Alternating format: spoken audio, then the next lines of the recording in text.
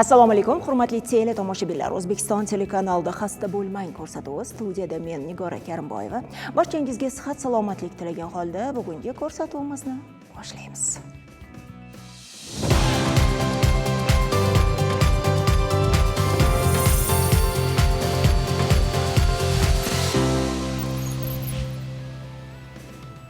Bugun biz xalq orasida oq dog' nomi bilan ma'lum bo'lgan vitiligo kasalligi haqida gaplashamiz. Ko'pchilik bu kasallikka bedavo dard sifatida qaraydi. Ammo bugungi kunda bunday stereotip qarashlarni o'zgartirishimiz kerak. Chunki vitiligoni mutlaqo asoratsiz va og'riqsiz davolasa bo'ladi.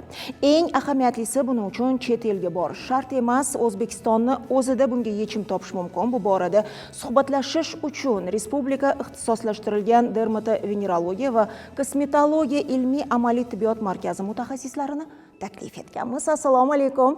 Xush kelibsiz. Barchangizni ko'rib turganimizdan xursandmiz. Marhamat, o'z o'rinlaringizni egallashingiz mumkin. Bugungi ko'rsatuvimiz ekspertlari bilan tanishing.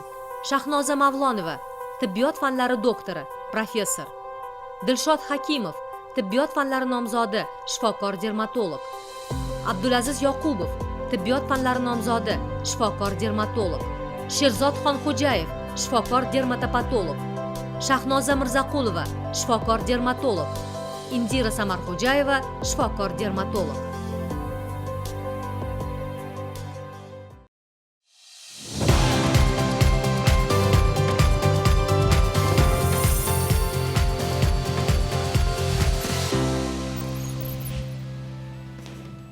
Hurmatli teletomoshabinlar, O'zbekiston telekanali Xasta bo'lmang ko'rsatuvi jonli efirda bemalol qo'ng'iroq qilib mutaxassislarimizga o'z savollaringizni yo'llashingiz mumkin. Agar tusha olmasangiz, Telegram chatimiz ham sizning xizmatingizda. Yana bir bor assalomu alaykum. Bugun sizlarni ko'rib turganimizdan judayam xursandmiz. Chunki ko'rishmaganimizga ancha bo'ldi. Sizni kollektivingizni hurmat qilamiz. Doimo eng yaxshi bizni xalqimizni bezovta qilgan muammolarga boshqacha nazar bilan qaraysiz va bugungi mavzuni yoritishdan avval aziz teletomoshabinlar, ilk suhbatdoshimni tanishtirib o'taman. Respublika ixtisoslashtirilgan dermatovenerologiya va kosmetologiya ilmiy amaliy tibbiyot markazi ilmiy bo'limi rahbari, tibbiyot fanlari doktori, professor Shahnoza Mavlonova. Shahnoza opa, bu mavzuni siz bilan ilgari ham ko'targanmiz, chunki tan olish kerak, xalqimiz buni ichini yaxshi bilmaydi-da, o'sha ko'zi tushadigan tomonlama qandaydir ta'siri bor-da xalqqa. Chunki biz oq dog'larni ko'rganimizda hamisha qanaqadir boshqacha nazar bilan qaraymiz.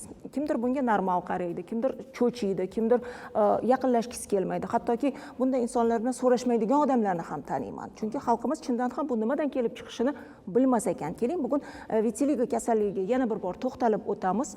Aslida bu qanday xastalik? Demak, vitiligo bu teri kasalliklari orasida keng tarqalgan kasallik bo'lib, terida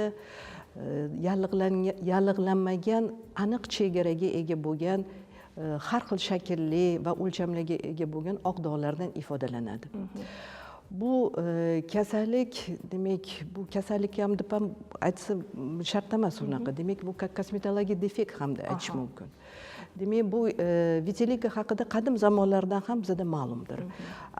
Avvallari shu Gippokrat hamda Platon bu kasallikni demak avval alfos deb ataganlar. Aristotel esa bu kasallikni leos deb atagan.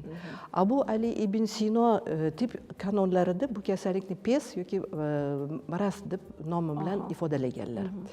Demak, bu vitiligo kasalligi terining bazal membranasidagi shu melanositlarning faoliyatini buzilishi, uning soniy jihatidan kamayishi bilan ifodalanishi bilan paydo bo'ladigan, mana hozir ko'rib turganingizdek oq dog'lardan iboratdir. Bu kasallikning kelib chiqishida bir necha gipoteza va nazariyalar mavjud. Yetakchi nazariyalardan biri bu nevrogen nazariyasi bo'lib, bunda shu terida hosil bo'lgan oq dog'larning sohasida demak nerv tolalarida distrofik o'zgarishlarning mavjudligidan iboratdir. Bundan tashqari mana qattiq bir asabiylashish yoki stress holatlari, mana shu holatlarida ham bu yerda nerv tolalaridan demak kerakmas oqsil birikmalar, ya'ni serotonin, gistamin deb atalish bo'lgan oqsil birikmalar ishlab chiqarish faoliyati kuchayadi va albatta mana shu melanotsitlarga bo'lgan salbiy ta'sirlari bilan ifodalanadi. Va hozir mana ko'rib turibsizki, har xil joyda, tananing har xil sohalarida, ana bosh sohasida, tana sohasida, qo'l va oyoq sohalarida ham mana shunday dog'larni paydo bo'lishi bilan ifodalanadi. Keyingi yana bitta nazariyamiz bu endokrin tizimidagi bo'layotgan o'zgarishlar. Endokrinopatiya deb ataladi. Demak, bu endokrin tizimidagi shu halqanqismon bez faoliyatining o'zgarishi, demak, buyrak usti bezlaridagi bo'layotgan har xil o'zgarishlar, jinsiy gormonlardagi bo'layotgan disbalans holatlari ham o'zgacha shu o'zini ta'sirini bildiradi. Bu mana shu endokrin kasalliklari bilan birga kechinishda shu oq dog'larning birgalikdagi paydo bo'lishida ham mana shu nazariyani yana bir tasdiqlab beradi. Keyingi yana bitta bir nazariyamiz bu autoimmun jarayonlari. Demak, teridagi shu melanotsitlarga qarshi bo'lgan antitanachalarning hosil bo'lishi organizmda mana ko'pincha bu qaysi kasalliklar bilan, ya'ni tizimli kasalliklar deydi, kollagenozlar, qizil yuguruk, Hashimoto kasalligi va boshqa autoimmun kasalliklari bilan birga kechinishi ham qayd etilgan. Bunda qon zardobida yoki terisida shu melanotsitlarga qarshi bo'lgan antitanachalarning shu salbiy ta'siri ham mana shunday bu melanotsitlarning hali faoliyatini buzilishiga yoki ularning soniy jihatidan kamayishiga olib kelishi ko'pgina ishlarda tasdiqlangan.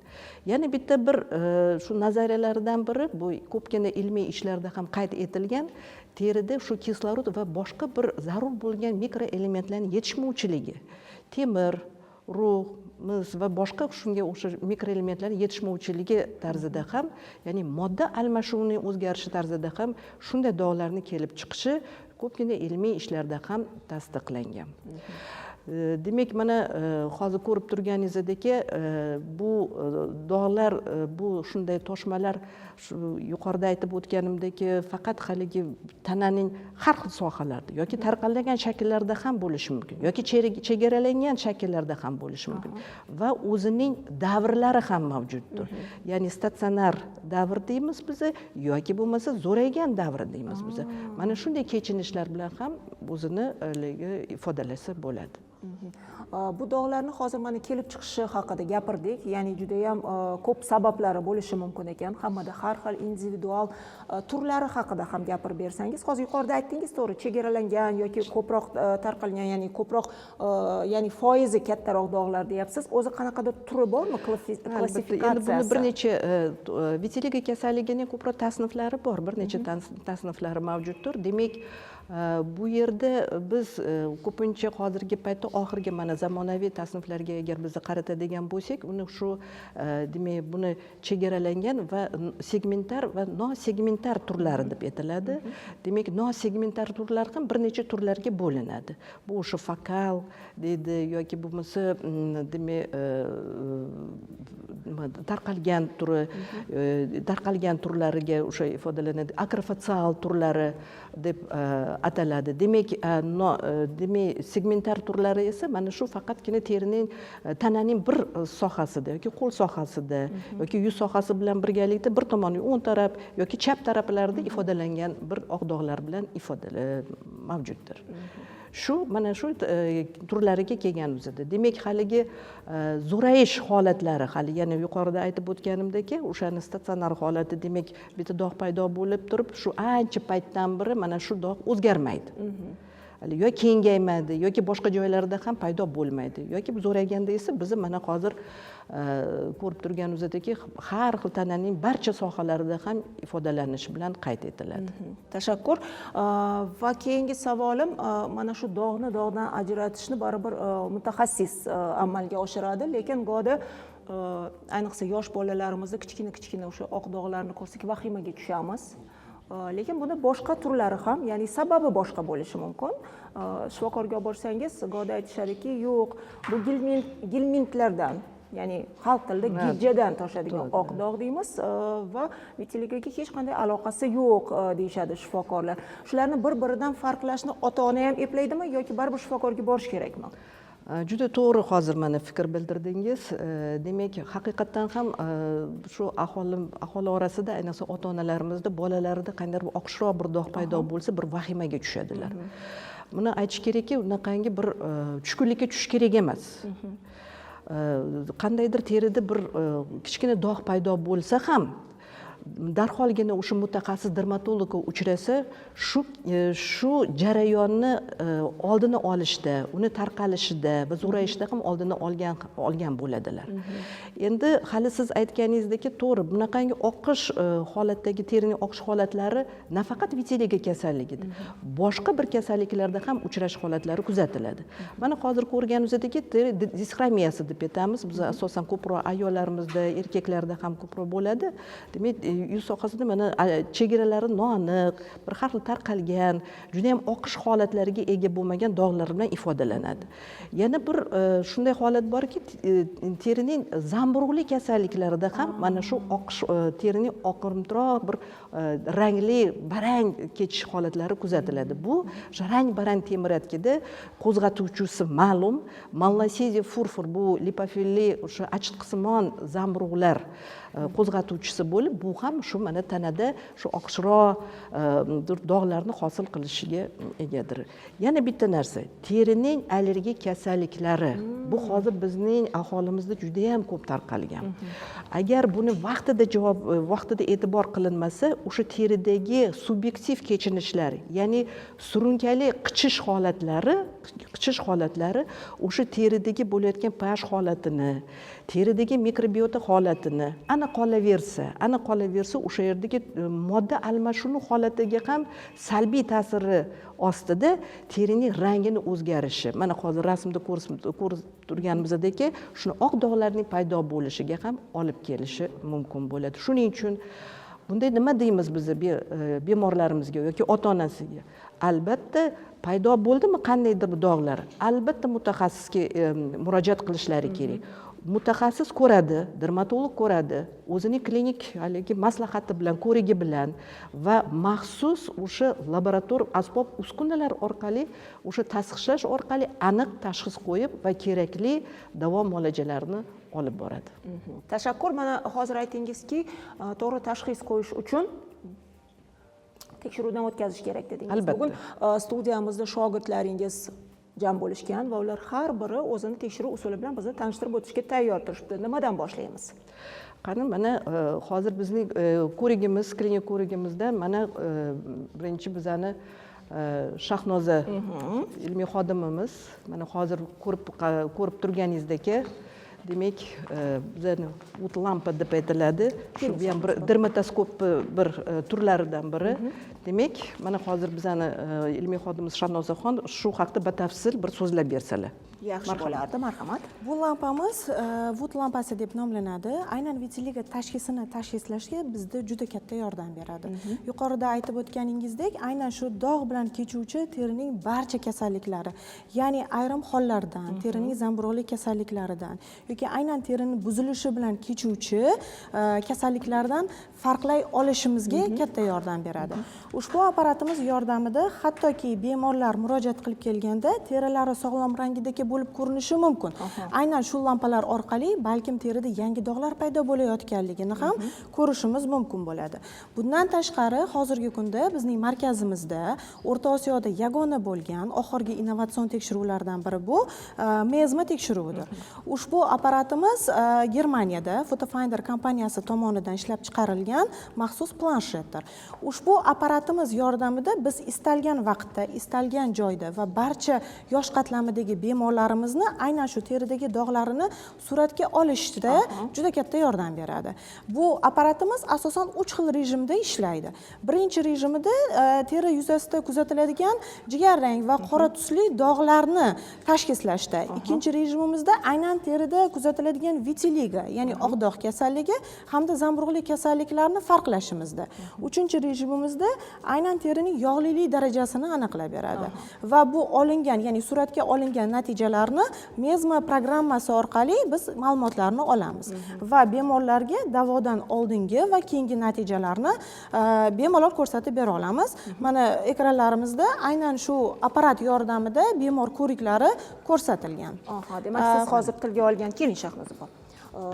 Siz aytayotgan maxsus apparat mana shunday qilib suratga oladi va kerakli masshtabda sizga ko'rsatib bera oladi. Xohlasangiz kichik, xohlasangiz katta qilib va siz shu orqali to'g'ri tashxis qo'yib, keyinchalik davo choralarini belgilab berishingiz mumkin. Xuddi shunday. Har bir bemorimizda 3 ta rejim holatida tekshiriladi. Yana bitta narsa aytib o'tishim juda ham qulay. Bu hozir zamonaviy yuqori texnologik tashxislash usuli bo'lib, ayniqsa bolalarimizda o'sha teri sohasidagi bo'layotgan jarayonga bir aniq bir o'sha ko'rinish berishadi va avvalambor bemor uchun va keyin shifokor uchun to'g'ri taktika olib borishda ham yo'nalish beradi. Yana bitta narsa kechirasiz, yana olamanki, mana bemorlarimiz kelishadi, faqatgina o'sha og'dog'i, qanday dog'lar bor joyini ko'rsatadi. Vaholanki biz aytamiz, shifokorga keldingiz, dermatologga keldingiz, biz dermatologmiz, terini ko'rib chiqishimiz kerak, albatta. Yoki o'zi bilmagan holatda ham shunday holatlar bo'lgan. Nafaqat o'sha qo'l sohasida bo'lsin yoki oyoq sohasida, boshqa sohalarda ham shu dog'larni paydo bo'lganligidan ham biz bir ko'rganmiz. Juda ham to'g'ri aytasiz, chunki oddiy til bilan aytganda biz har kuni o'sha o'z siymomizni oldidan ko'ramiz-ku. Faqat oynaga qaraganimizda balki u o'sha bel sohasida bo'lishi mumkin, oyoqning orqa sohasida yoki sochda bo'lsa, ya'ni boshda bo'lsa, umuman uni bilmasligimiz, ko'rmasligimiz mumkin. Demak, shifokorga kelganingizda, hurmatli teletomoshabinlar, butun badanni ko'rsatishga tayyor bo'lib kelinglar. Chunki siz bilmagan joylarda ham mana shunday dog'lar aniqlanishi mumkin. Demak, bu tekshiruv usuli, yana qanday tekshiruv usullari mavjud? Bizning yana bir tekshiruv usullarimizdan bizda mana kichik invazivli deb aytamiz biz, demak gistologik tekshirishlar. Demak, ularning yonlariga ham borishimiz mumkin. Yana bitta narsa aytib o'tish kerakki, oq dog'lar hali men aytganimdek yana hol sifat bo'lishi mumkin. Hol shakllarida ham bo'lishi mumkin. Rangi qanday bo'ladi? Rangi oq holatlarda ham yoki bo'lmasa haligi bir sarg'ishroq holatlarda bo'lishi mumkin. Shu bemorlarimiz ota-onasida ayniqsa qandaydir albatta savol tug'iladi. Shu paytda bizda mana apparatdan tashqari apparat o'zgacha, u ham tashxisda o'z yo'nalishini ko'rsatsa, bu yerda aniqlikni gistologik tekshirish usullari beradi. Ya'ni mana marhamat, bizning ilmiy xodimimiz dermatopatolog Sherzod bizning ham Xadjayev shu sohada o'zlari ish olib boradilar. Batafsil marhamat shu qitib o'zingizdan bir so'zlab bersangiz. Marhamat. Bizda vitiliga faqat tashqi ko'rinishdan emas, ichidan ham tekshirishimiz kerak. Bu yerda hujayra darajasida o'zgarish ketadi, ya'ni hujayra darajasida buzilishlar ketadi. Shahnoza Akram ustozimiz aytganlaridek, melanotitlarning o'zi parchalanishi boshlaydi. Va o'sha terining tagida melanotitlarning soni kamayib ketadi va bir xillarda yo'qolib ketadi ham. Biz o'sha oq dog'ni o'zidan kichkinagina teridan namuna olamiz, undan shunaqa ko'rinishda shisha preparat deydi, tayyorlaymiz. Bu juda ham soch tolasidan 10 marta ham kichkina bo'lgan darajadagi hujayralarni ko'rish imkonini beradi va mikroskop ostida ko'rganimizda biz vitiligani, nafaqat vitiligaligini, uni yana hujayralarning holatini, melanotitlarning sonini, ko'p kamligini aytib berishimiz mumkin. Buzilish darajasini aytishimiz mumkin va shunga qarab turib keyingi davo taktikasi ishlab chiqiladi. Ya'ni melanotitlar ko'proq bo'lsa, prognoz nisbatan yaxshiroq, oddiyroq usulni qo'llash mumkin. Melanotitlar soni kam bo'lsa yoki melanotitlar yo'q bo'lsa, hozir yana hamkasbimiz aytadi, bunga operatsiya usullarida даже hattoki davo muolajalarni qilish mumkin. Undan tashqari yana o'sha bizda qilinadi, dunyo bo'yicha qilinayotgan immunogistokimiya usuli bor. Bu yerda biz gistologiyada ekranda ko'rishimiz mumkin, hujayralarning umumiy sonini ko'ramiz va o'sha pigment bor yo'qligini ko'ramiz, melanin pigmentini. Immunogistokimiyaviy usulda melanotitlarning o'zini aniq qayerda joylashganligicha ko'rsatib bera oladi. Biza tashqi ko'rganda oq dog' ekan bu deymiz, ichkarida ko'rganda immunogistokimiyada bu yerda hujayra soni masalan bir taxminan mikronda 10 tagacha ekan, 5 tagacha ekan, 2 tagacha ekan deb aytib bera olamiz. Va shunga qarab turib bemorga tavsiya beramiz. Demak, tashqaridan ko'rinmaydigan har qanday narsani siz ko'rib, undan keyin to'g'ri tashxis qo'yishingiz mumkin. Shunaqa bersa bo'ladi va yana bitta buni eng afzal tomoni oq dog' bor u ko'rinishdan qizil nor jigarrang norli bo'lib o'shani oqim turturgan bo'ladi. Xalqda buni ham vitiligo deb o'ylashadi. Bolada paydo bo'ladi ko'pincha yoshligida vitiligo deb o'ylab kimdir o'zicha davo qiladi, kimdir tabibga olib boradi, kimdir doktorga olib borib ko'rishi mumkin-da va unga har xil muolajalar qilinadi, har xil malhamlar suriladi. Mana shu immunogestik kimyo usuli buni vitiligani holdan shuni ajratib beradi. Demak, ortiqcha o'sha vahima qilmasligi uchun, inson o'zini ham tinchlantirishi uchun va to'g'ri yo'l tanlashi uchun bu juda ham kerakli tekshiruv ekan. Xalqni qiynaydigan yana bir savol, og'rimaydimi? Chunki gistologiyadan qo'rqamiz. Bu yerda bizni juda ham guruch kattaligida olamiz, lekin og'riqsizlantirib olamiz. Bu muolaja to'g'ri aytdilar, og'riqsiz. Biz bemor bilan gaplashganimizda ham sizga albatta laborator tahlillari olib borishingiz kerak. Shularning orasida gistologik tekshirishlar agar tavsiya qiladigan bo'lsa, albatta bemorga aytamiz, og'rimaydi. Undan xavotir olmanglar. Shu eng kerakligi shu psixologik tomondan bemor ham shunga o'zi ham tayyor bo'ladiki, shuncha og'rimaydi. Mana shu va aniq tashxis qo'yib berishda juda ham keraklik bu laborator tekshirish usullaridan biri. Meni ham tinchlantirdingiz. Holimni tekshirishga bormoqchi edim qachondan beri, lekin og'risa kerak, uni gistologiyaga topshirsam qanaqa bo'lar ekan derdim. Demak, bemalol borib tekshirtirsam bo'ladi. Tashakkur. Va yana qanday tekshirish usullari? Demak, endi tekshirish usullarimizdan hali mana klinika aytdik, laboratoriya, yana bundan tashqari mana hozir maxsus bo'lib tekshirishlar. Lekin yana bitta narsaki, mana oddiy umumiy qon tahlili, bioximik tekshirishlar ham va immunologik tekshirishlar olib boriladi. Bizda nima uchun? Bemordagi bo'layotgan jarayonga nimani yaxshilab o'rganishlik uchun.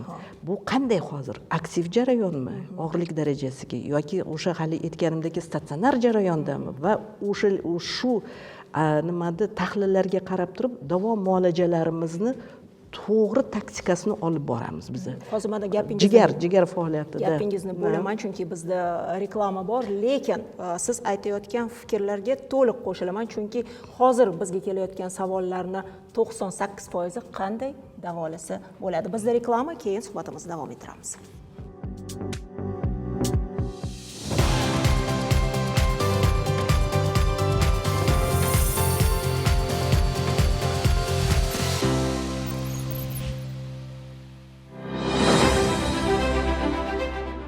So'nggi yillarda yurtimizda tibbiyot sohasiga e'tibor kuchayganligi sababli sohada jadal rivojlanish sodir bo'lmoqda. Jumladan respublika ixtisoslashtirilgan dermatologiya, venerologiya va kosmetologiya ilmiy amaliy tibbiyot markazi hamda uning hududiy filiallari ham bu borada sezilarli natijalarga erishmoqda. Ayniqsa markazning chet el klinikalari va tibbiyot muassasalari bilan hamkorligi markazda jahon standartlariga mos ravishda zamonaviy diagnostika va davolash usullarining keng joriy qilinishiga zamin bo'lib xizmat qilmoqda. Markaz xalqaro miqyosda yuqori darajadagi aloqalarni rivojlantirish orqali o'zining ilmiy va amaliy salohiyatini kengaytirmoqda. Ayni damda markaz 20 dan ortiq memorandumlarni imzolagan bo'lib, ular dunyoning turli burchaklaridagi yetakchi klinikalar bilan o'rnatilgan aloqalar, eng ilg'or tibbiy texnologiyalar va davolash usullarini o'rganish, zamonaviy tibbiy va ilmiy tadqiqotlar hamda ta'lim resurslarida ishtirok etish, klinik tajriba almashish va yangi davolash usullarini joriy etish imkonini ham kengaytirmoqda.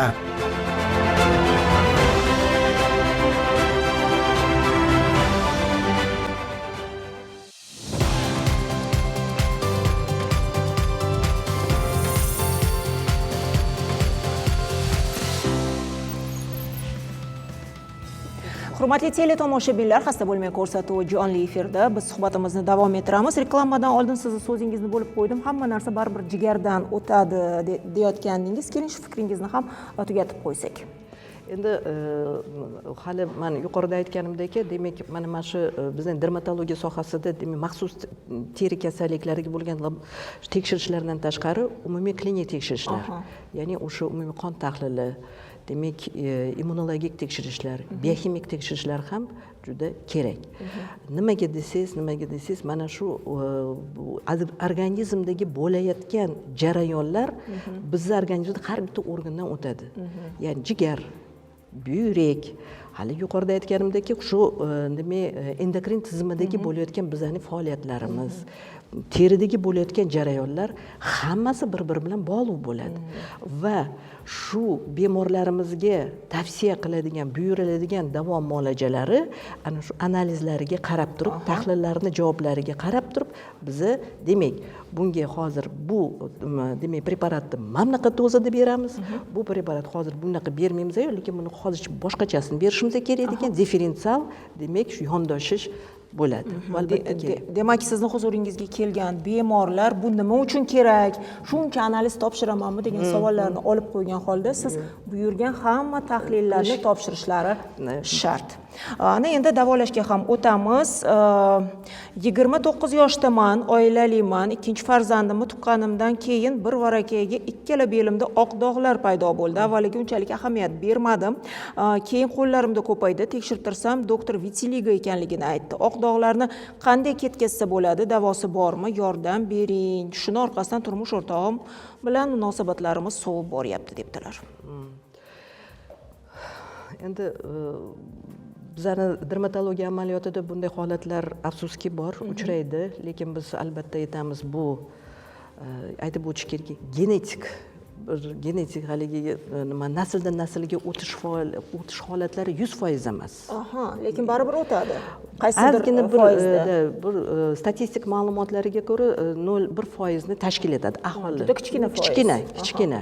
Lekin har xil omillar ta'siri ostida bu dog'larni haligi yuqorida aytib o'tganimdek, o'sha sabablar orqali ham oq dog'larning paydo bo'lishi kuzatilishi mumkin. Endi davolashda bizning markazimizda bir necha xil usullar bor. Bular konservativ va xirurgiya usullari, demak fizioterapiya usullari bilan olib boriladi. Yana bularni demak kompleks davo ishlari bilan olib boramiz biz. Shuning uchun bu davo muolajalarini olib borishda mana hozir bizda demak hali aytganimdek o'sha tahlillarga e'tibor qilib, o'sha jigar faoliyatiga, immun tizimiga bo'layotgan korreksiyalash bilan, har xil mikroelementlar bilan va oshqozon ichi faoliyatlarini to'g'rilaydigan o'sha dori vositalari bilan, ana biologik aktiv vositalari bilan ham berish bilan mana shu olib boramiz. Endi bizga yana boshqa bir yondoshishlarimiz bor. Bu to'g'risida hozir bizning ham ilmiy xodimimiz Indiraxon bir so'zlab bersalar, ham o'ziga yarasha juda ham samaraga ega, yuqori samaraga ega bo'lgan usullardan biri. Marhamat, Indiraxon, sizga so'z. Hozirgi kunda bizning markazimizda mezoterapiya degan muolaja o'tkaziladi. Bu muolaja oq dog' qismlariga, yuzaki qavatlariga kerak bo'lgan moddalarni, ya'ni mikroelementlar, antioksidantlar, trombotitlarning o'sish omili hamda antioksidant kabi moddalarni qo'llaniladi va bu muolaja ko'rib turganingizdek birinchi og'riq qoldiradigan krem yoki malhamlardan foydalanib keyin muolajani o'ziga o'tiladi. Bu muolaja maksimal optimal sharoitda o'tishi uchun birinchi shu og'riq qoldiradigan malhamlardan foydalaniladi. Keyin bu muolajani qilayotganimizda albatta bemorni, masalan, bemordagi qarshi ko'rsatmalarga ahamiyat berishimiz kerak. Birinchi o'rinda qarshi ko'rsatmalardan biri bu kasallikning avj olgan holatida, progressiv davrida tavsiya qilinmaydi. Chunki bu kasallikka foyda berishni o'rniga zo'raytirib yuborishi mumkin. Ya'ni yangi oq dog'larni hosil qilishga olib kelishi mumkin. Shuning uchun har bir qarshi ko'rsatmalarni, ya'ni qanday yana qarshi ko'rsatmalar bor? Bunga koagulopatiyalar, qonni quyilib yo suyulib ketish holatlari hamda qandaydir infeksion kasallikni o'tkir kechish ham tavsiya qilinmaydi shu holatlarda va albatta bu muolajani malakali shifokor dermatolog yoki kosmetolog bajara olishi kerak. Va o'ylaymanki, bu muolaja kompleks davo jarayonida bo'lsa hamda fototerapiya usullari bilan birga beradigan bo'lsak, davo samarasi 2-3 barobar oshishi mumkin. Va bu fototerapiyalar haqida chuqurroq va aniqroq bizga Dilshod Rustamovich gapirib beradilar. Demak, ularga quloq tutamiz. Shahnoz opa, keling, sizni joyingizga taklif qilaman va suhbatni davom ettiramiz. Marhamat. demak fizioterapiya muolajalarida kelgan o'zida. Marhamat. Nigor opa, mana hozir aytib o'tildi, mana ustozimiz ham aytdilar, avvalambor vitiligani turini qo'zg'ash yoki statsionar davridagiligini bilib olganimizdan keyin fizioterapevtik muolajalarni tavsiya qilish to'g'ri bo'ladi. Mana aytib o'tdilar ustozimiz, agar fizioterapevtik muolajalarini yoki mana hamkasbimiz Indiraxon aytganlaridagi mezoterapiya muolajalarini progress vitiliga, ya'ni yangi chiqayotgan davrada o'tkazib qo'ysak, effektivligi bo'lmasligi mumkin. Ayrim paytlarida buni yanada qo'zg'ashga olib kelishi mumkin. Biza buni dermatolog shifokorlar davrini aniqlaganimizdan keyin buni biza fizioterapevtik muolajalarni olishga tavsiya qilamiz. Mana bu qurilmamizda avvalambor aytib o'tishimiz kerak, bizani Respublika dermatovenerologiya va kosmetologiya markazimizda O'rta Osiyoda yagona deb hisoblasak bo'ladi, nafaqat O'zbekistonda. Bizani ustoz professorlarimiz va muolajalarimizni ko'pligi, turlarini ko'pligiga qarab, mana bu muolajalarimiz fototerapiya kabinasi UVB terapiya deb nomlanadi, 311 nanometr. Mana bemorimiz shu muolajani kun ora yoki 2 xil rejimda 5 kun olib 2 kun dam yoki kun ora olishi mumkin. Mana bemor ichiga kirgandan keyin 20 ta chiroqlari yoqiladi. Mana bu videoda ko'rishimiz mumkin. Buni ham boshlang'ich dozasini shifokor, dermatolog nazorat qilib boshlang'ich doza va bu sxemali ravishda ko'tarib boriladi. 40 tadan 60 tagacha bu muolajani olish mumkin. Bu hozirgi ko'rsatgan fototerapiya qurilmamiz umumiy, ya'ni butun badanida tarqalgan vitiligalarga tavsiya qilinadi. Nafaqat vitiligalar, boshqa dermatozlarga ham. Bu qurilmamiz xuddi shu hozirgi fototerapiya qurilmasini faqat qo'l oyoqga, ya'ni chegaralangan holatdagi vitiliga yoki boshqa dermatozlarga mo'ljallangan. Bu ham ikkita spektrda ishlaydi. Buni ham shifokor dermatolog belgilaydi. A spektri bor, B spektri bor. Bu bemorimiz hozir B spektrini olyaptilar. Mana bu tashqi tomondan ko'rinishi. Bu ham kun ora bajariladi, tavsiya qilinadi va 40 tadan 60 tagacha, ya'ni bemorning umumiy holatiga. Mana bu qurilmamiz boshini sochli sohasidagi chegaralangan kichkina dog'larga yoki boshqa dermatoz, alopetsiya, seborreali dermatitlarga ham, ya'ni lokalniy kichkina fototerapiya qurilmamiz. Bu eksimer nuri, bu zamonaviy hozirgi innovatsion eng oxirgi juda ham samarasini o'zini yaxshi ko'rsatgan qurilmalarimizdan eksimer yorug'lik. Bu ham kun ora bajariladi. Oq dog' sohalariga qizarish chaqirilguncha, masalan, o'zini dozirovkasi bor, shifokor bergandan keyin buni ham kun ora oshirib borish yo'li bilan qo'yiladi. Bu fotodinamik terapiya qurilmamiz, buni har kuni olsa bo'ladi. Bu ham melanositlarni terining yuqorgi qavatlariga migratsiyasiga, fibroblastlar hujayralarini aktivlashishiga, modda almashinuvini tezlashishiga olib keladi. Siz yuqorida bir nechta qurilmalarni gapirib o'tdingiz va albatta huzuringizga kelgan har bitta bemorni birinchi beradigan savoli necha foizga dog'lar kamayishi haqida so'rashadi. Demak, har bitta qurilmani o'zini o'sha foizi bo'lsa kerakki, o'rtacha foizni olaylik. Ana shu dog'larni kamayishi yoki sal bo'lsa ham rangi o'zgarishi, ya'ni badan rangiga yaqinlashish foizi necha? Chunki borgan odamni ishontirishingiz kerak-da. Juda ham to'g'ri savol berdingiz. Eng ko'p va birinchi beriladigan savol xuddi shu hisoblanadi, lekin buni mana masalan bu o'zimizni kuzatuvimizdagi bemor davolanib ketishiga masalan 8 oy vaqt ketgan.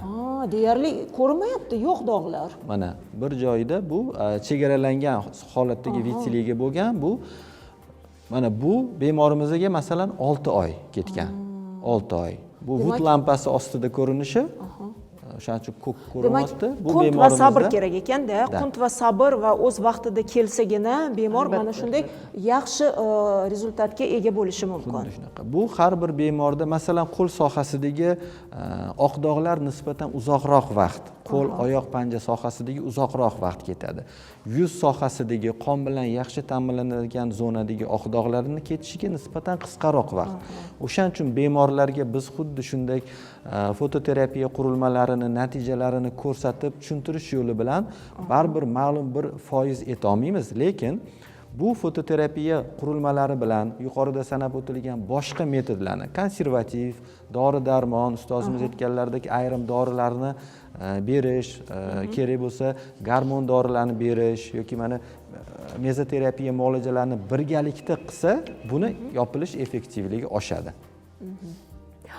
Boshqa yo'nalishlarga o'tishdan avval sizga minnatdorlik bildirmoqchiman, chunki biz keyinchalik jarrohlik amaliyotlari haqida ham gaplashamiz. Muxlislardan kelgan savollarni o'qib bermasam bo'lmaydi, ular javobni kutishyapti. Qizim 14 yoshda, oq dog'lari bor, davolanyapmiz. Oq dog'lar bor joyda tuklari ham oqargan. Nima uchun bunday holat bo'lyapti? Oq dog'lar ketsa, tuklar ham qorayadimi? Bu savol. Savol, muxlisdan kelgan savol. Endi aytyaptilarki, endi o'sha dog' yuzasidagi tuklarni oqarishi ham menimcha standart holat bo'lsa kerak, shundaymi? Demak, o'sha teri sohasida bilamiz, tukli sochlar ham mavjud. Bunday vitiligo jarayoni ham o'sha teri bilan birgalikda ham o'sha tuklardagi ham oqarish holatlarini biz kuzatamiz. Va bundan tashqari, hali yuqorida yana bitta bir shu fotolarimizda ko'rganimizdek, bunday bunaqangi oqarish holatlarini boshli sochli qismlarida ham sochning oqarish holatlari ham kuzatiladi. Ayniqsa bolalarimizda shunda savol tug'iladi. Nimaga bunaqa demaydi? Demak, bu demak avj olayotgan davrdan dalolat beradi. Endi bunga shu qanday hozir jarayon ketyapti organizmda deganda, bunda biz albatta shu savol bergan onamizga aytishimiz mumkin bo'ladi. Albatta bolani tekshirish ishlarini olib borish kerak. Hali aytganimizdek, o'sha klinik tekshirishlar, jigar faoliyatini tekshirish, teridagi mana bu yerdagi zamonaviy apparatlar bilan baho berish, kerak bo'lsa gistologik tekshirishlarda ana o'sha melanotsitlarning miqdorini, jarayoniga baho berish bilan olib boriladi. Va shunga qarab turib bemorga nimaga bunday bo'layapti? Biz shunga qarab biz javob berishimiz mumkin bo'ladi va kerakli davolash taktikasini olib borishimiz mumkin. Endi siz aytganingizdek, hozir mana bir necha davolash usullarini biz hali aytib o'tdik. Yana bizning markazimizda shu yana bir o'zini yuqori samaraga ega bo'lgan haligi hujayrali texnologiyalarimizdan biri bu melanotsitar transplantatsiya deydi. Kichik invazivli shu jarayon. Bu jarayon haqida bizning xodimimiz tibbiyot fanlari nomzodi shu Abdulazizga shu so'z bersak, bular haqida bir batafsil bo'la ham so'zlab bersalar. Marhamat. Vitiligo kasalligida bu melanotsitlarni ko'chirib o'tkazish amaliyoti hozirgi paytda eng zamonaviy va eng samarali usullardan biri bo'lib hisoblanadi. Bu usul O'rta Osiyo davlatlari orasida faqat bizning yurtimizda, ya'ni markazimizda bajariladi bu. Bunda nima qilinadiki, shu bemorni o'zini sog'lom teri sohasidan melanotsit hujayralar olib, depigment, ya'ni o'sha oq dog'lar sohasiga ko'chirib o'tkaziladi. Keyinchalik bu o'sha ko'chirib o'tkazilgan hujayralar o'sha fizioterapevtik muolajalarni qo'shimcha qilish yoki hozir aytib o'tilgandek o'sha mezoterapiyalarni qo'shimcha qilish orqali keyinchalik yana o'sha dog'larning yopilishini kuchaytirib beradi. Ya'ni yuqorida aytib o'tdilar ustozim Shahnoz Zakirova, ya'ni bu o'sha vitiligo o'choqlarida melanotsitlarni zararlanishi hisobiga kelib chiqadi. Bizning qiladigan ishimizdan maqsadimiz esa shu sog'lom teridagi melanotsit hujayralarni shu oq dog' sohalariga ko'chirib o'tkazish hisoblanadi. Mana hozir aytdilarki, juda kam invaziv, og'riqsiz deyaptilar. O'zi bu jarayon qanday kechadi? Bemorlarda endi oq dog'larning sohasi, joylashgan sohasiga qarab turib, ularni og'riqsizlantiriladi. Ya'ni bu Demak, mahalliy. mahalliy. Ya'ni bu yuz, ko'krak, qorin sohasida yoki bo'yin sohasida joylashgan oq dog'larni mahalliy og'riqsizlantiruvchi kremlar orqali amaliyot bajariladi. Bundan tashqari o'sha qo'lni suyukli qismlari yoki qo'l, oyoq, kaft usti sohalarida joylashgan oq dog' sohalari bu yerda terida biroz qalinroq bo'ladi и bu sohalarda sezuvchalik sal yuqori bo'lgani sababli bemorlarga inyektsion og'riqsizlantirish beriladi va undan keyin bemalol shu amaliyotni bajarish mumkin. Hozir bemorlarimiz ko'pchilik bu narsa bo'yicha hozir bizga savol berishyaptiki, bu nima amaliyotni qo'rqishayotgan joylarsa biz umumiy narkoz olamizmi?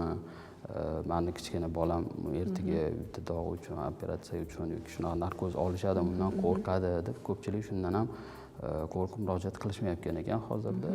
Bu Lekin mana hozir tushuntirib beryapmiz. Demak, mahalliy og'riqsizlantirish qilinadi va undan keyin amaliyot amalga oshiriladi. Va yana bir savol, oq dog'lar ko'payib borayotgan paytda ham bu amaliyotni o'tkazsa bo'ladimi yoki baribir o'sha vaqt o'tib ketishi kerakmi? Bu amaliyotda o'sha har bir amaliyotga ko'rsatma bo'lgan kabi unga ham qarshi ko'rsatmalar bo'ladi. Ya'ni bu hozir aytib o'tilganda bemorda o'sha progressiv davr, ya'ni ko'payayotgan davri bor va statsionar, ya'ni stabil davr deyiladi. Bemorlarga bu amaliyot faqat statsionar davrida o'sha dog'lar ko'paymayotgan paytda o'tkazish mumkin. Boshqa ko'payayotgan davrlarda esa o'sha tekshiruvlar asosida o'sha markazimizdagi boshqa lecheniyalarni qabul qilishadi. Demak, mana ekranda ham shuni ko'ryapmiz. Bu jarayon shunaqa jarayon o'tkazilgan. Bu bemorimizda ham shunaqa mahalliy og'riqsizlantiruvchi krem orqali o'sha terini og'riqsizlantirilgan va o'sha amaliyot bajarilgan.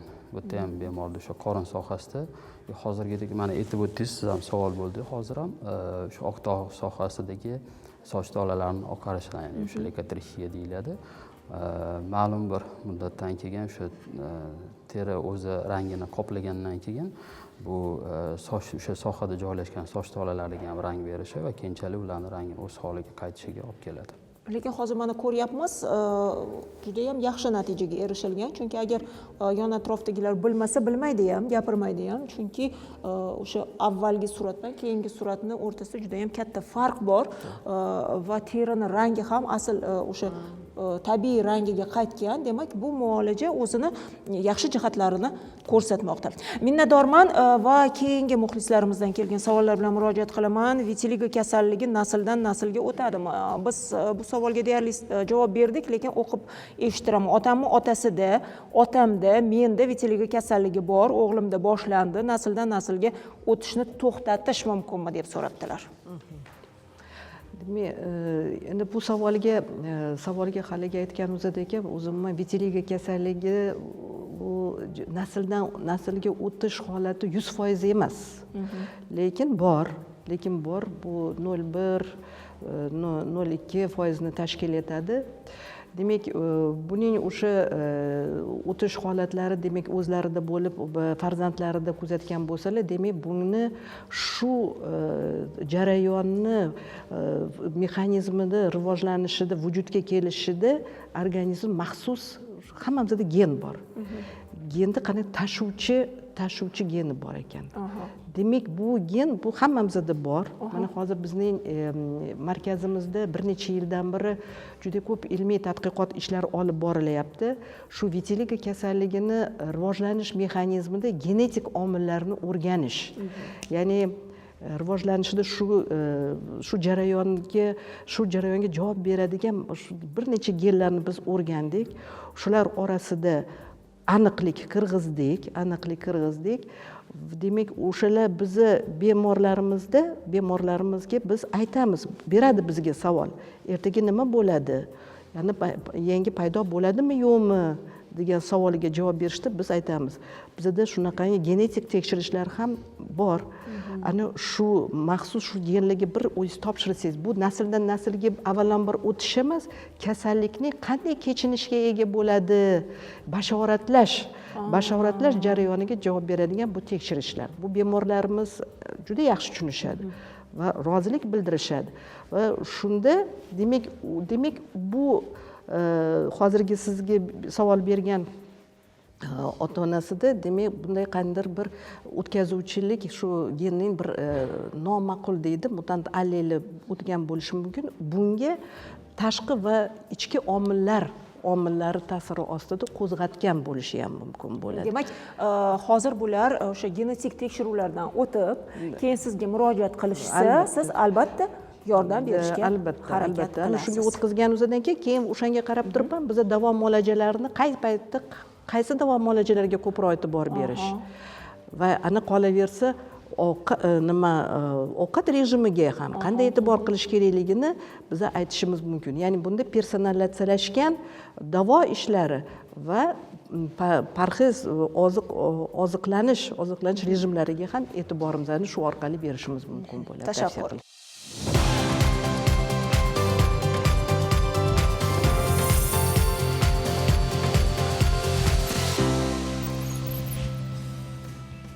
Hurmatli teletomoshabinlar, O'zbekiston telekanalida Xasta bo'lmang ko'rsatuvi. Biz jonli efirdamiz va sizdan kelgan savollarni o'qib eshittiryapmiz. Turmush o'rtog'imni qo'l va oyoq sohasida oq dog'lari bor. Ko'p yillardan beri o'zgarishsiz turadi. Asosan yoz oylarida sezilib qoladi. Dog'lar ko'payib ketmaydimi? Nima maslahat berasiz? Marhamat, agar demak, albatta bunday holat bo'ladigan bo'lsa, albatta bemorimizga biz maslahatimiz mutaxassis dermatologga uchrash albatta kerak va kompleks demak laborator tahlillarini va o'sha demak apparat tahlillarini olib borish tavsiya beramiz biz. Hozir organizmdagi bo'layotgan o'sha avj olishda ishtirok etayotgan har xil o'sha jarayonlarga biz baho berishimiz kerak bo'ladi va shunga qarab turib biz davo muolajalarini tavsiya qilishimiz mumkin. Davo muolajalari har xil bo'lishi mumkin. Yo immun tizimiga qaralgan, yoki bioximik ko'rsatkichlariga, o'sha jigar faoliyatiga qaratilgan, yoki bo'lmasa endokrin tizimidagi bo'layotgan o'zgarishlarga qaratilgan bo'lib, agar shularda o'zgarish bo'ladigan bo'lsa, biz demak kompleks davo muolajalari tavsiya beriladi va kerakli paytda o'sha fizioterapiya muolajalarini qay tarzda qaysi bir demak dozasida olish kerak va ushlab turuvchi dori vositalaridan o'sha malhamlab bo'ladimi yoki o'sha fizioterapiya muolajalarini yana necha martalab olish kerakligini shunga qarab biz aytamiz biz. Vaqtida kelish olinadi, davo muolajalari olinadi, dam olinadi, albatta dam beramiz biz va yana keyingi kurs davo muolajalariga kelish tavsiya beriladi. Tashakkur. Xo'jayinim 54 yoshdalar, peshonaga yaqin joylarida, aniqrog'i boshlarida kaftdek joylari oqarib boryapti. Bunga 8 oy bo'ldi, hech ham ketmayapti. Doktorga borish kerakmi? Ajoyibsizlar. Конечно, borish kerak. Ya endi bunaqa savol. Nima deysiz? Chunki mayli o'sha doktorga borish kerak degan joyni olib tashlaylik, chunki bosh sohasidagi dog' bu albatta. Demak, sizlarga murojaat qilsalar bo'ladimi? Albatta bu savol. Nevaram 23 yoshda, bolaligidan oq dog'lari bor. Lazer terapiyadan so'ng bu dog'lar ko'payib ketdi. Buni sababi nima? Nevaram hozir qattiq depressiyaga tushib qolgan. Endi bu savolda demak bolada olayotgan avvalambor bu lazer muolajasini olishdan oldin yaxshilab tekshirishdan o'tkazish kerak edi. Demak, bolani organizmida avj olish davri kuzatilgan. Hozir aytganingizdek, o'sha avj oladigan davrida kerakli tavsiya beradigan muolajalar bor. Lazer muolajalarini qay tarzda olish kerak yoki boshqa bir fizioterapik muolajalar va o'shanga qarab turib va biz aytamiz dori vositalari. Ana o'sha gormonal dori vositasi bo'ladimi, immunokorreksiya dori vositalari bo'ladimi, jigar faoliyatlari bilan birgalikda olib borish. Demak, organizmda jarayon borki, ana shunga buni tekshirmasdan yoki o'tkazgan bo'lishlari mumkin. Mutaxassisga murojaat qilishlarini tavsiya beramiz biz. Kesirlar. Bu savol menimcha sizga bo'lsa kerak. Qizim 17 yoshda, yuzida oq dog'i bor. Agar shunday, ya'ni siz aytgan muolajani qildirsak, teri olingan sohada ham ko'chib, o'tkazilgan sohada ham chandiq izlari qolmaydimi deb so'rabdilar.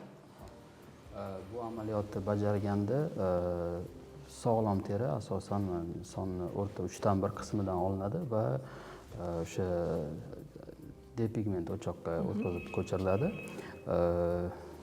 shuncha yillik tajribamizdan bemalol kelib chiqib aytishimiz mumkinki, bemorlarda bu amaliyotdan keyin hech qachon chandiqlar kuzatilmaydi. Xuddi nima desa bo'larkan, o'sha melanosit o'zi bemor o'zini melanosit hujayralari ishlab ketishi oqibatida o'sha ranglarni to'liq qoplanishi kuzatiladi. Lekin shunday bemorlar borki, ularda o'zida o'sha chandiq bo'lishga moyillik bo'lgan bemorlar bor. Ya'ni o'sha gipertrofik chandiq yoki keloid chandiqlar deyiladi. Shunaqa moyillik bo'lgan bemorlar bu amaliyotga tavsiya etilmaydi.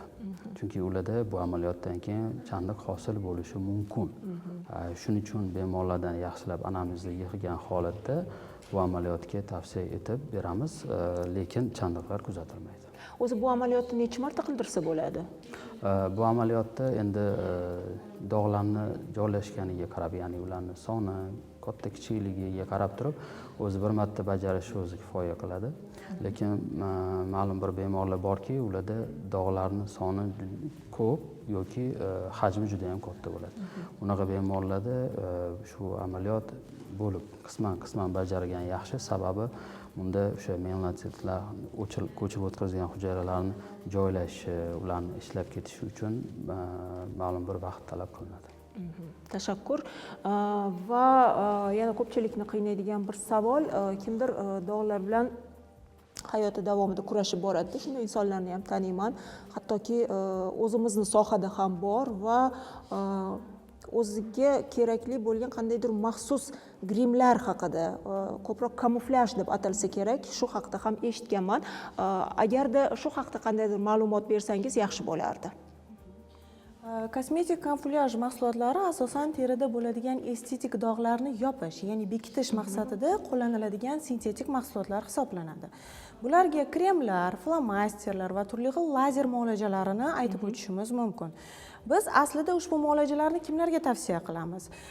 Davo muolajalaridan bosh tortgan bemorlarga yoki bo'lmasam jamoat joylarida uyalish, tortinish hissi bo'lgan, yaxlit qilib aytadigan bo'lsam, psixologik depressiv holatida bo'lgan bemorlarimizga tavsiya beramiz.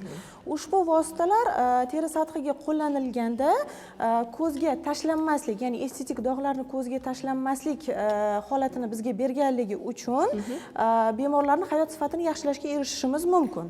Ammo bu yerda yana shuni aytib o'tishim kerakki, har bir muolajaning foydaliligi bo'lgani kabi kamchiligi ham bo'ladi. Aynan shu kosmetik kamuflyaj mahsulotlarining kamchiligi sifatida aynan teri sathiga qo'llanilganda bemorning sog'lom teri rangida bilan bir xil holatda bo'lmasligi yoki bo'lmasam turli xil bo'yoqlarni lazer apparati yordamida teri sathiga kiritilganda bemorlarimiz davo muolajalarini olishni xohlab qolishlari. Lekin bu vaziyatda davolash muolajasining samaradorligini kamaytirish holatlarini ham olib kelish mumkin. Xulosa qilib aytadigan bo'lsak, kamuflyaj kosmetik vositalar bu davolashning asosiy yechimi emas. Aslida bemorlarimiz bu mahsulotlarga ishonib qolish orqali kasallikni avj olishi, ya'ni tananing boshqa teri sathlarida yangi dog'larni ko'payishiga olib keladi. Bemorlarga shu o'rinda aytib ketishimiz kerak, vaqtdan yutqazmasdan qancha dog'lar soni miqdoriy jihatdan kam bo'lsa, davo muolajasini olish shuncha tezroq bo'ladi. Va yuqorida aytib o'tgandek, kamuflyaj mahsulotlarni faqatgina mutaxassis tavsiyasi asosida qo'llashlarini so'rab qolgan bo'lar edik. Tashakkur. Va yuqorida aytdingizki, baribir qanaqadir parhezga rioya qilish kerak dedingiz va har bitta insonga individual, hattoki o'sha parhezlarni ham yozib beramiz deb aytib o'tdingiz. Shu paytda bir savol tug'ildi menda, chunki xalqimizda mana ko'p eshitaman, baliq, tuxum, sut mahsulotlarini ko'p iste'mol qilsang, noto'g'ri iste'mol qilsang, ana shunday oq dog'lar chiqishi mumkin deyishadi. Mana shu savolga nima deb javob bergan bo'lardingiz? Haqiqatan shunaqangi fikr yuritishadi, lekin biz shuni aytishim kerakki, mutlaqo unaqa bu vitiligo jarayonida, umuman kasalligida parhez ishlariga unaqa yo'q. Demak, bu noto'g'ri fikr. Yo'q, unaqa baliq unaqa yeyish mumkin yoki sut mahsulotlari, hali siz aytganingizga tuxum yo'q, bemalol yeyishlari mumkin. Lekin biz qachon aytamiz parhez ishlariga rioya qilish? Davo muolajalarini olayotgan paytida. chunki ko'pincha davo muolajalarini endi biz yoki bemorga nafaqat mana fizioterapiya muolajasidan tashqari yoki xirurgik haligi jarrohlik muolajalaridan tashqari biz ham o'sha dori vositalarini ham olib boramiz. Shular payti iste'mol qilayotgan paytlarida parhez ishlarga rioya qilishlari maqsadga muvofiq bo'ladi. Ya'ni o'sha payti har xil allergik reaksiyalarni paydo bo'lmasligini oldini olishdi. Lekin hali siz aytganimizdek, har bitta bemorga hozir shunaqa genetik tekshirishlar bor. Har bitta bemor uchun mana shu kasallikni o'sha bashoratlash, klinika chiqishlar va demak parhez ishlariga qay darajada rioya qilish yoki uglevodlarini necha foizda demak necha foiz qabul qilish mumkin, oqsillarni necha foiz, yog' mahsulotlarini necha foizligida iste'mol qilishlari mumkin degan shu savollariga javob beradigan tahlillarimiz bor.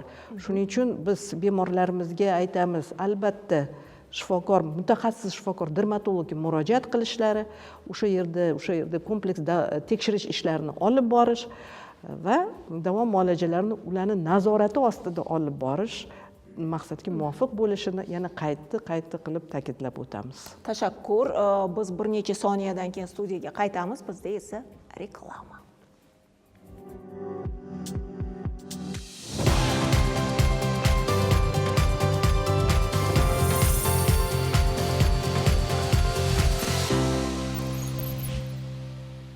Davlatimiz rahbari tashabbusi bilan sog'liqni saqlash sohasini transformatsiya qilish jarayonida aholiga ko'rsatilayotgan tibbiy xizmatlar sifatini xalqaro standartlar darajasiga yetkazish ustuvor maqsadlardan biri sifatida belgilangan. Endi ular safiga respublika ixtisoslashtirilgan dermatovenerologiya va kosmetologiya ilmiy amaliy tibbiyot markazi ham qo'shildi. Muassasaga ISO 9000-2015 hamda ISO 7101-2023 xalqaro sifat standartlarini joriy etilganligi munosabati bilan GCRC xalqaro tashkiloti tomonidan maxsus sertifikatlar topshirildi. Qariyb 1 yil davom etgan o'rganishlar natijasida ko'rsatilayotgan tibbiy xizmatlar sifati, xavfsizligi, tizimdagi raqamlashtirish ishlari, zamonaviy menejment usullari yo'lga qo'yilgani kabi ko'plab mezonlar bo'yicha markaz faoliyatiga baho berildi. Ushbu yutuq markazda ko'rsatilayotgan tibbiy xizmatlar xalqaro standartlarga to'liq javob berishidan dalolat berib, muassasaning mintaqadagi pozitsiyasini mustahkamlash, ilmiy faoliyatini takomillashtirish hamda yangi diagnostika va davolash usullarini ishlab chiqish uchun keyingi imkoniyatlar eshigini ochadi.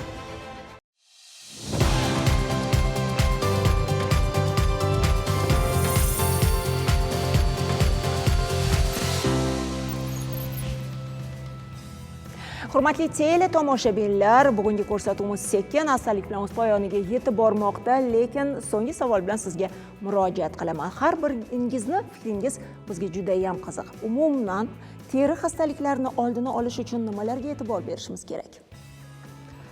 Teri kasalliklarini oldini olishda albatta hayot sifatini ko'tarish, yaxshi fikrlarga har doim fikrli bo'lib yurish, ovqat rejimiga e'tibor qilish, vaqtida ovqatlanish, jismoniy tarbiyalar bilan shug'ullanish, teriga parvarish qilish, terini parvarish qilish va albatta nafaqat haligi teridagi toshmalari bormi, yo'qmi deganda parvarish uchun to'g'ri qilyapmanmi degan savoliga javob berishdan mutaxassisga murojaat qilish. Bu shu profilaktika ishlariga kiradi. Tashakkur, marhamat. Ustozimiz deyarli hammasini aytdilar. Shularga rioya qilsak bo'lgani. Asosiysi tanish bilishlarini, o'zlarini qo'shnilari yoki ayrim qo'shtirnoq ichidagi tabiblarni maslahatiga kirib, kasallikni og'irlashtirib yorib, vaqtini yo'qotib qo'yishmasligini va shifokor, dermatolog nazoratiga borishlarini tavsiya qilamiz. Rahmat, marhamat. Kasallikdan uyalmaslik kerak. Bir xil uyalgandan bekitib yuradi, doktorga vaqtida bormaydi. Shuning uchun uyalmasdan tezroq borib ko'rinish kerak. Tashakkur, marhamat. Har bir kasallikni o'zini qanchalik yuqori samaradorligini buni hamma biladi. Lekin bizning bemorlarimiz negadir shu narsaga rioya qilishmaydi. O'ylab qolardimki, shu hamma o'z vaqtida shifokorga murojaat qilgan holda tezroq davo samarasini olishlikni o'ylab qolaman. Har doim yaxshi kayfiyatda va pozitiv holatda yurishni tavsiya qilamiz. Tashakkur, marhamat. Barcha mahsulotlarni, ya'ni davolash jarayonida turli xil vositalarni o'zlarida sinab ko'rmasliklarini va sog'lom inson turmush tarziga amal qilishlarini so'rab qolgan bo'lar edik. Tashakkur. Qimmatli vaqtingizni ayamasdan bugun studiyamizga kelganingiz uchun sizdan minnatdorman va bir gapingizga qo'shilaman.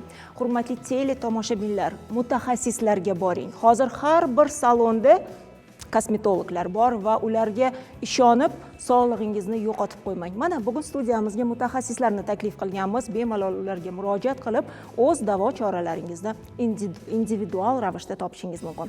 Keyingi ko'rsatuvlarda ko'rishguncha xayr, salomat bo'ling.